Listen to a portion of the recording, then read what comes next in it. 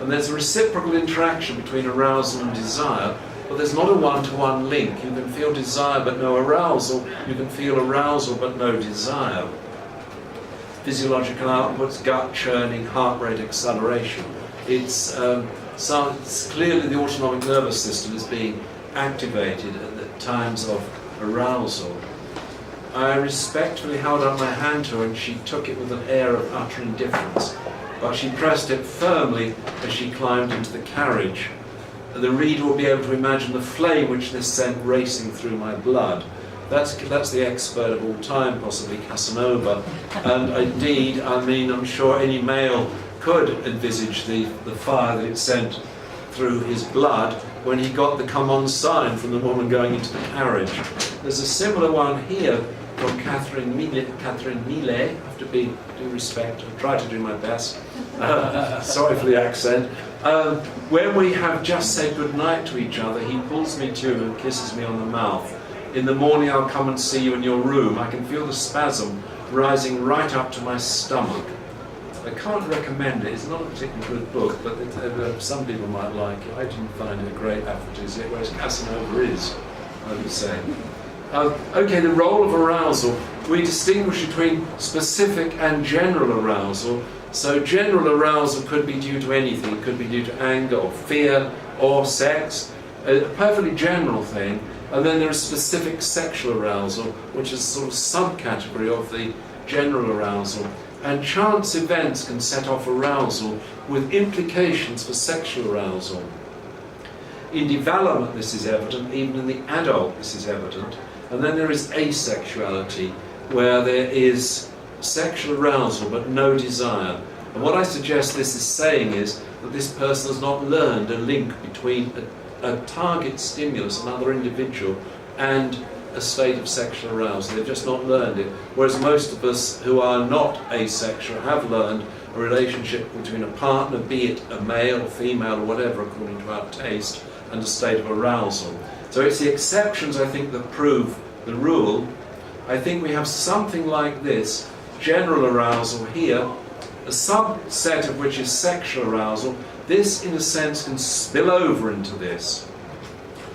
And this is linked to sexual desire. It's also linked to genital blood flow. The famous rope bridge experiment, most OU courses include this. You might recall it, that chaps are investigated as they walk across this swinging rope bridge, which they're quite scared of. And when they get to the other side, it's compared with men walking across a stable bridge. And it's found the ones crossing the rope bridge who experience fear seem to evidence more sexual desire when they get to the other side, when they're interviewed by an attractive research assistant. The assumption is that they're heterosexual. I guess it's checked out as a female research assistant. In other words, there's a flexibility about the use of arousal. It can be recruited to sex. So there you have it. And in terms of development, you can get early triggers to arousal that can be positive or negative. But then when sexual maturity kicks in, those cognitions and that arousal can be recruited in sexual desire, even though the initial experience could be negative. It might be positive, it might be negative. Either way, it can transform itself into something positive. Here's these are largely anecdotal, but there are many of them, and they keep cropping up again and again. Here, this is a 14-year-old boy in Chicago. Someone pricked a balloon behind his head at a party. He went running out in fear. Later, when sexual maturity kicked in, he found blowing up balloons to be an erotic turn-on. It only came to light when he was arrested in a department store asking female assistants to blow up balloons while he watched, and he was masturbating behind the counter. Here's another one from the most famous British sexologist, Havelock Ellis, in the Victorian period. Havelock Ellis's mother was taken short and needed to go into the bushes in Regent's Park to urinate. When she came out, she looked at her son and he looked at her, and they both looked very embarrassed about it. Subsequently, with sexual maturity, Havelock Ellis had a particular fetish about urinating women and succeeded in paying large numbers of them to urinate in front of him. Here's another, Jean-Jacques Rousseau, the Swiss philosopher. Early negative experience, he was beaten with a whip by his governess, which hurt, but then with maturity he transformed it into sexual desire, writing that all his sexual experiences subsequent were mere pale imitations of the turn on he felt thinking about the experience with his governess. Here's another I suggest, not well known, I've not read anyone, I think I was the first to observe this, I might not be, but Shipman, the most prolific serial killer in world history outside of wartime, Manchester GP, highly respected guy in his community. Now what seems to have happened, what we know happened was that he witnessed his mother dying under the influence of repeated morphine injections for the pain of cancer. That traumatized him, and he went running around the streets of Nottingham all night, jogging, because he was so upset by the trauma of his mother. Then when he became a doctor, this seems to have transformed itself into something desirable. Now, was it sexual? I would claim he was a necrophiliac. It doesn't mean he necessarily had sex as such with his patients. We don't know what he did with them. We simply don't know. But a necrophiliac is one who is turned on by death, and he was undoubtedly turned on by death. I imagine he took something away from the home and masturbated with it later. Here's another, one of your near neighbours, Richard. Was, yes. Dennis Nilsson. Richard showed me this innocuous-looking house here in Muswell Hill with the top flat occupied by Dennis Nilsson, who died earlier this year in prison. What happened with Nilsson would, I suggest, be the following. He was much devoted to his grandfather. He didn't get on with either his father or his mother very well. His grandfather, he really found a soulmate.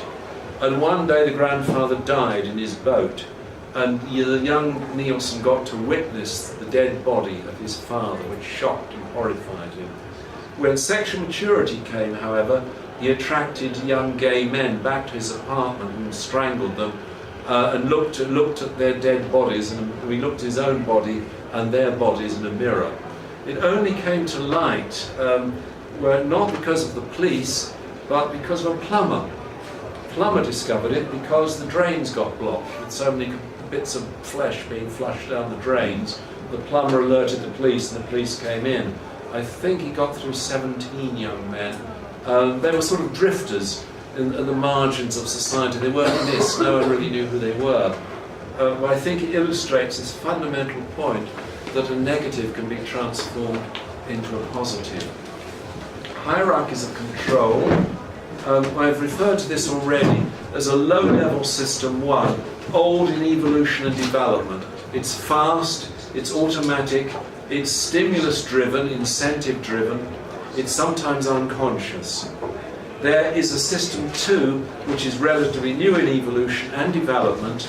It's slow, it's cognitive, and it's conscious. And these two are matched together in the human brain. They collaborate in our behavior.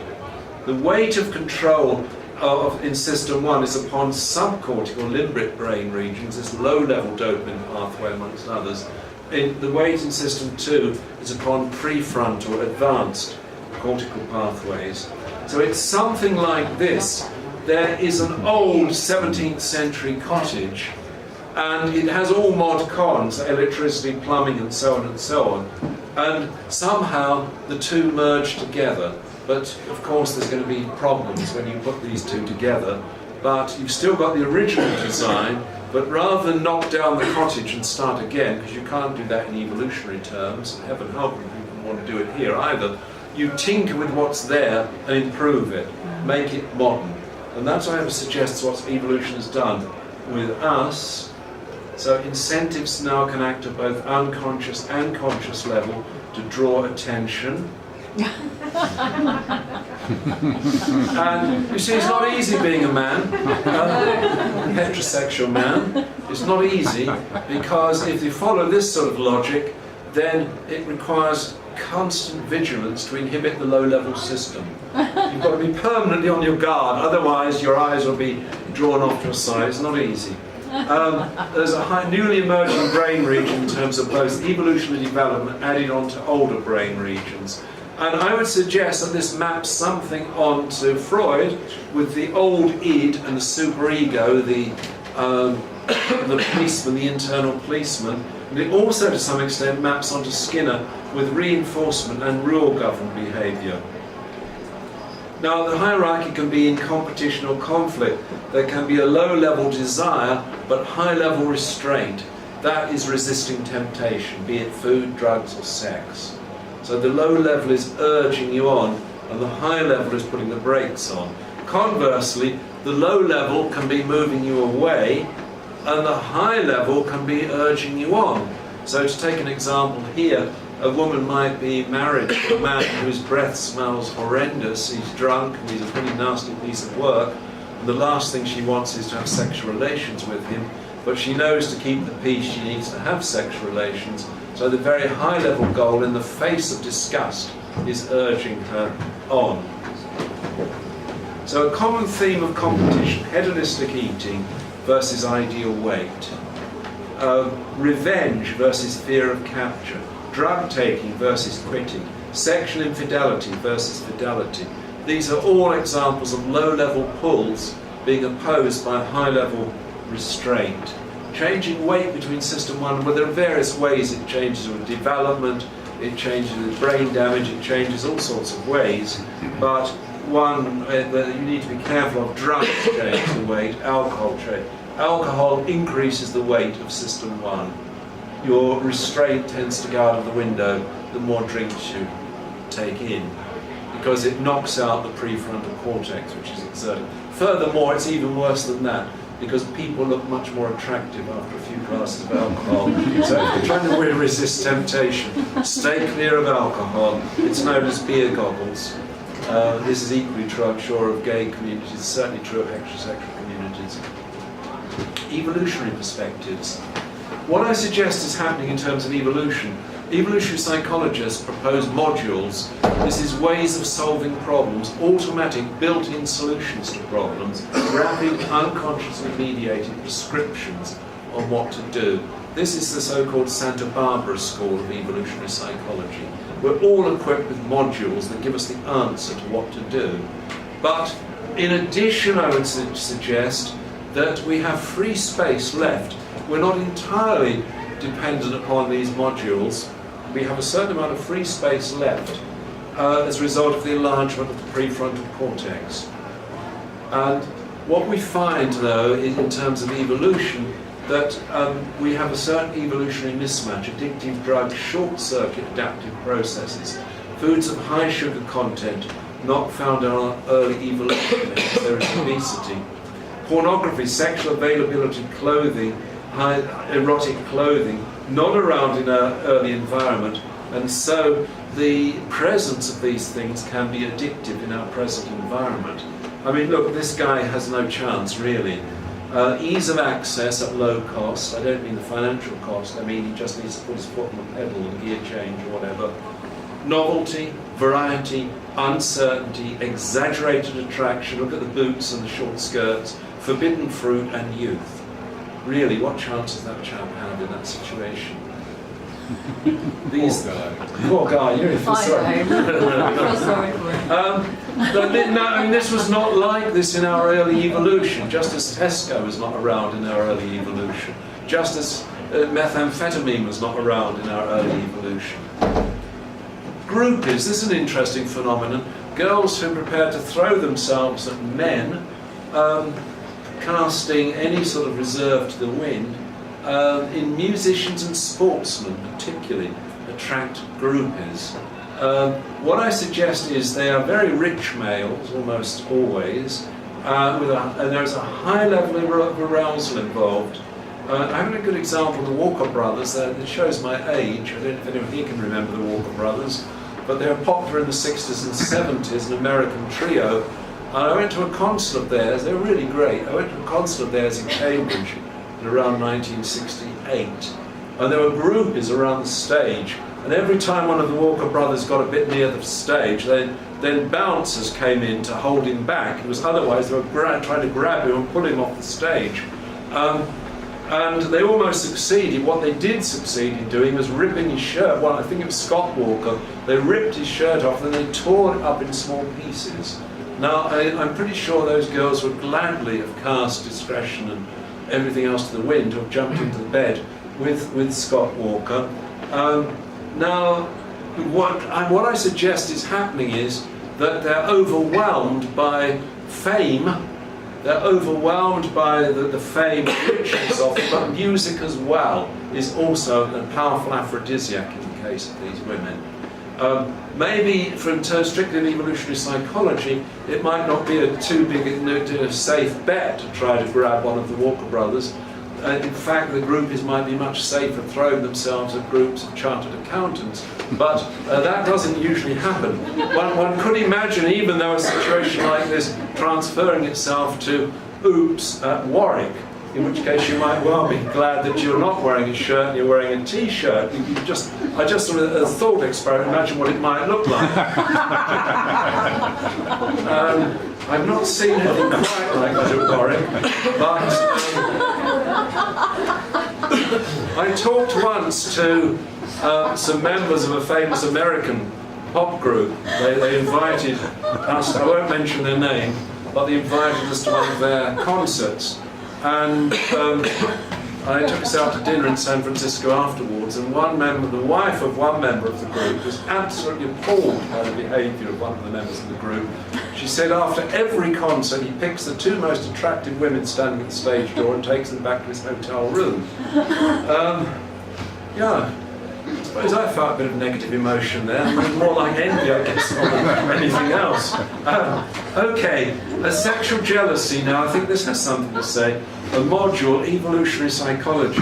It's a pity not Brian, who is it? Who's the Steven Pinker fan? God, I mean, Gaga.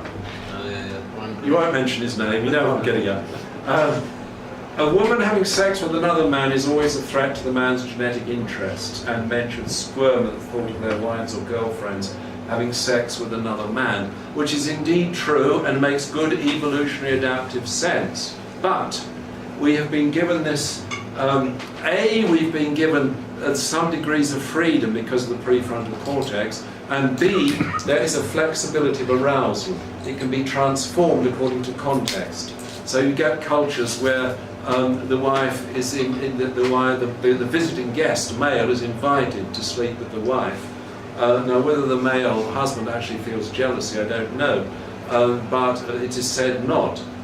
So, in other words, there is the basic biological process, but there's also a social, cultural layer of understanding on top of this. I mean, we know from evidence that this phenomenon exists in the Western society, where males actively encourage their females. The only one I could find was Chorley in Lancashire. I hadn't really thought it was a hotbed of eroticism, Chorley in Lancashire, but there it is. And this exemplifies the principle that nothing is set in concrete. Evolutionary psychology gives suggestions, but that's about it.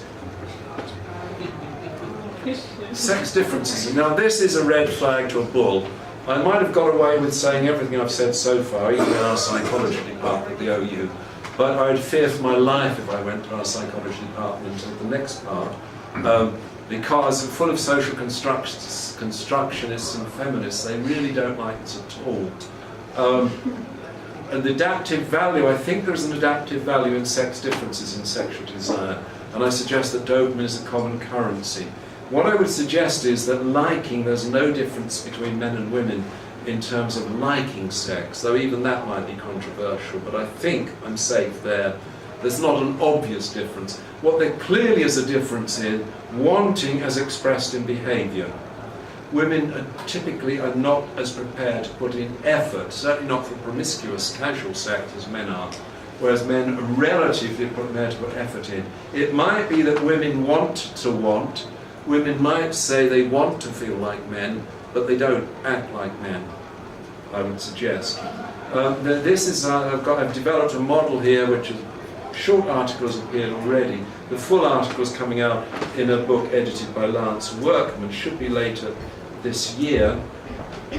What I'm suggesting is that women attribute more to meaning and men attribute more to physical stimulation from the partner. And I would say this is true of gay men and women as well as heterosexual men and women, though it's not been investigated. I've not spent so much time thinking about it. But I would say we're all somewhere on one of these scales between meaning and physical. Women tend to be more the meaning end, men more the physical end. And kind of excitatory factors. Women much change over the lifetime with social circumstances. Men change rather little with social circumstances over a lifetime. Sexual orientation with women is more flexible. Some women in the 1960s and 70s decided as a political gesture that they would become gay. I never heard of men deciding to become gay. I would imagine that men know in advance whether they're heterosexual, homosexual, or gay. Paedophilia, which is defined by the physical size of the stimulus, quite literally so, is much more common in men than in women. It exists in women, but it's very rare. Sadly, it's less rare in men. Ideal type of partner, not so tightly defined by physical characteristics in women, and it's inconsistent across individuals, I would claim. There isn't a standard stereotype of attraction for women to quite the same degree there is for men. There's variability in both, sure, but men are more clearly defined by physical characteristics than are women, I would suggest. This is sorted fairly quickly, my own taste here. If you examine them, now I say two things about this. One, the physical attributes are pretty obvious. It can be measured in terms of bone structure of the face. That's pretty straightforward, obvious. But they are all famous, you can recognise most of them, I guess.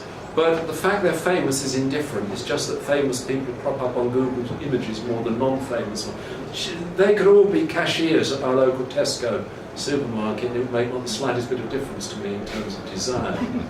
Women don't like that sort of comment very much. But it's true, I have to admit it's true.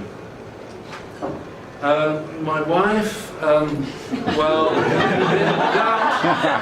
that makes perfectly good sense. TV 5 mon. But some of it doesn't make any sense. That's so, well, you wait now, you've seen nothing. You wait till you see next.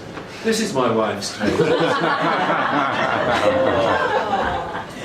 You see, you laugh. There wasn't a single man in the room who laughed when I showed my images. You all sat there as if you were in a funeral. Here, women giggle. What have they all got in common? It's hard to see, except they're all famous, they're all rich, they're all intelligent. Well, I don't know about that. Okay, all but one. You don't like. You see, I mean, look at this guy. I mean, he's gone to seed a bit, hasn't he, now? You know, he's not classically beautiful by any criteria, I wouldn't have thought.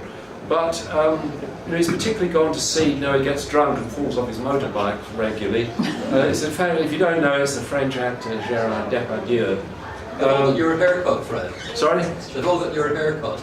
Could be that. Yeah. One time I gave this lecture and a couple of women came up and said, I could see why she liked her, she looks just like you. My wife also says Wilfrid Bramble is attractive. Oh, really? They're too young to know Wilfrid, but the old man in Steptoe son.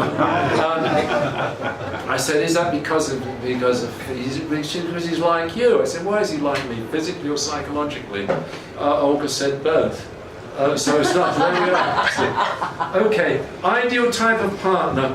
Women sensitive to context and assessment of commitment is more likely to be present there than it is in men. Not always. Less sensitive to context and social status. Men care relatively little about social status. Not an emphasis upon youth, neither lesbian nor heterosexual. An emphasis upon youth, gay and heterosexual. It doesn't mean that you only are attracted to youth, it means the ideal target is youth for males. Changes with age with women, so that as the woman gets older, so her ideal incentive follows her just behind. So that it is possible that a woman of 62 might still find a man of 74 attractive. Well, I have 3 hours left. Whereas with men, heterosexual attraction, little change, 26 years is optimal. So even if he's 90, he still tends to find the 26-year-old the most attractive.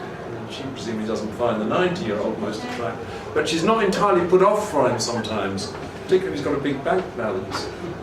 Seeking anonymous varieties saw relatively little lesbian or heterosexual women. I say very much, maybe that's not true, I have to emphasize this again. There are many men, heterosexual and homosexual, completely faithful to their partners lifelong and consider nothing else. But there is more evidence of promiscuity in male, or desire for promiscuity in males, than there is. And in the gay community, it can be that a promiscuous male can very easily find another promiscuous male. You only have to go down Old Compton Street. Even if I went there, I'd probably find someone, even at 74, albert, and 364 days. Whereas I wouldn't know where to start looking in London for a heterosexual female. So there's no doubt there is some kind of asymmetry going on here. It's not total, it's not absolute, but it's there. Now, I've never heard of a single instance of a woman being arrested under circumstances like this. A toilet in Los Angeles. You may ask, why on earth would someone like George Michael go to pick up men in a toilet in Los Angeles when he must have the pick of the gay males of Los Angeles, being handsome, famous and rich? The only reason I can suggest is that it's the forbidden fruit, and it's exciting because it's transgression. I imagine so, I don't know, I'm guessing. But the point is this never happens to women. I've never heard of a single instance of this happening in women's